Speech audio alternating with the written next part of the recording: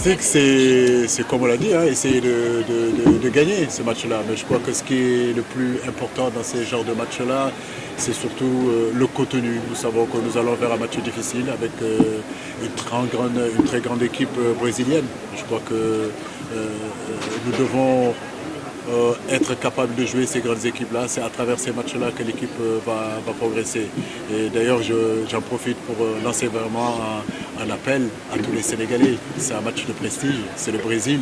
Donc qu'ils se déplacent et qu'ils soient tous, en tout cas le soir, le jeudi 10 à Singapour. J'aimerais voir ce stade-là, en tout cas, qu'il y ait plus de vert, jaune, rouge que les drapeaux brésiliens. Donc ce sont ces genres de matchs-là qu'on a besoin de nos supporters. Et j'invite vraiment tous les Sénégalais qui peuvent en tout cas se déplacer pour être à ce match-là d'y être. D'accord, mais coach, est-ce que vous n'avez pas pris le risque d'affronter une équipe comme le Brésil, avec tous les grands joueurs qu'il a? Vous n'êtes pas peur quelque part? Non, je crois que, encore je l'ai dit, je suis ici en tant qu'ambassadeur pour la destination Sénégal, mais bon, c'est en train de dériver un petit peu vers le football. Mais en fait, nous sommes décomplexés. Je pense qu'aujourd'hui, nous ne pouvons pas passer notre temps à être complexés. Nous sommes ce Sénégal qui croit en lui. Nous sommes ce Sénégal-là qui va de l'avant. Nous sommes ce Sénégal-là qui est conscient de ses qualités-là. Je pense qu'aujourd'hui, personne ne doit venir nous dire que nous ne sommes pas capables de rivaliser contre ces grandes équipes-là. Maintenant, nous savons le talent de cette équipe nationale brésilienne. Dans ma pensée aujourd'hui, je ne suis pas là en train de me dire j'ai peur de jouer le Brésil ou bien j'ai peur de jouer la France. Aujourd'hui, nous sommes le Sénégal, nous avons de très bons joueurs.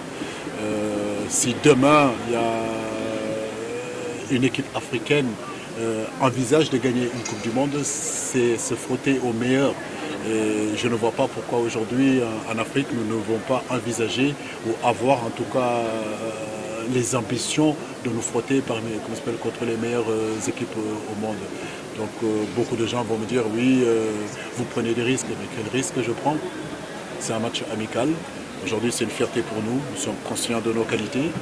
Le Brésil nous demande, parce qu'ils savent que nous avons de la qualité, à nous d'aller là-bas et de jouer, mais surtout ne pas aller là-bas en étant complexé ou bien en allant là-bas avec la peur et de se dire que c'est des Brésiliens, nous sommes les petits Africains et qu'on va se faire laminer par les Brésiliens. Non, nous sommes conscients de ce match-là, mais je crois que nous devons dépasser à un moment donné cette mentalité de se dire que nous ne sommes pas capables de rivaliser. Nous sommes capables de rivaliser.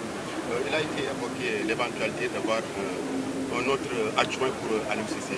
Vous pensez déjà à quelqu'un ou bien est-ce que vous avez le profil de quelqu'un qui pourrait apporter quelque chose à l'équipe?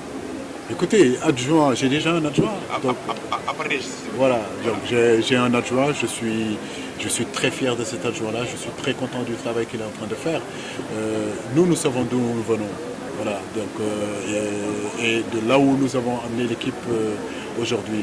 De 2015 qu'on a pris l'équipe à aujourd'hui, si on doit quantifier aujourd'hui les résultats, je pense que les résultats sont plus que bons en ce qui concerne l'équipe nationale du Sénégal.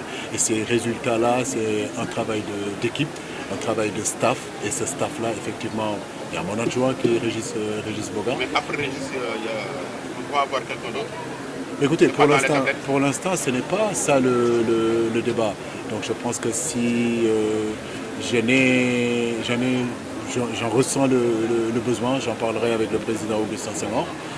Et à partir de là, on trouvera le profil qu'il faudra pour venir élargir ce staff-là. Effectivement, notre staff est quand même assez restreint par rapport au staff des autres pays, par rapport au staff des autres équipes nationales.